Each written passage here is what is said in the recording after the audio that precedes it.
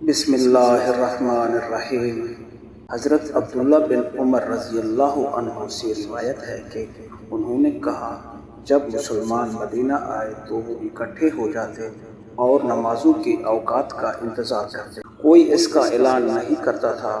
ایک دن انہوں نے اس کے بارے میں گفتگو کی تو بعض لوگوں نے کہا، عیسائیوں کے گھنٹے کی مانند 1 گھنٹہ لے لو، اور بعض لوگوں نے کہا، یہود کے کرنے جیسا کرنا۔ البتہ حضرت عمر نے کہا، تو تم ایک آدمی ہی کیوں نہیں بھیج دیتے جو نماز کا اعلان کرے؟ تو رسول اللہ صلی اللہ علیہ وآلہ وسلم نے فرمایا، اے بلال، اٹھو اور نماز کا اعلان کرو۔ صحیح مسلم حدیث نمبر 837۔ حضرت عبداللہ بن عمر بن عاص رضی اللہ عنہ سے روایت ہے، وہ فرماتے ہیں کہ میں نے نبی کریم صلی اللہ علیہ وآلہ وسلم کو فرماتے ہوئے سنا۔